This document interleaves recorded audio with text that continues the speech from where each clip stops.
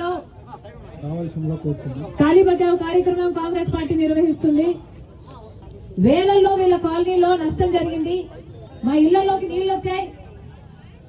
మా టీవీలు అయితేనేమి, బట్టలు అయితేనేమి, పరుపులు అయితేనేమి అన్ని తడిసిపోయాయి.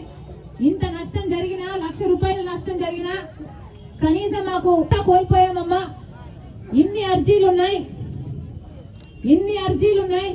ఇవన్నీ సంతకాలు పెట్టినాయి. ఇంతమంది నష్టపోయాము. వీళ్ళందరూ నీటిలో మునిగిపోతే మీరు ఎందుకు ఆదుకోలేదు? మరి మీరు ఆదుకోలేదు అంటే మీది కూడా ముంచే ప్రభుత్వం అని ప్రజలు అనుకోరా?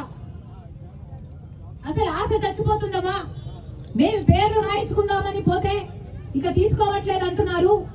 రాసిన పేర్లు కూడా తారుమారు అయిపోతున్నాయి. లక్షల మంది రైతులకు కూడా నష్టపరిహారం ఇవ్వలేదని వింటున్నాం. ఎందుకు నష్టపరిహారం ఇవ్వలేదు? చంద్రబాబు గారు సమాధానం చెప్పాలి.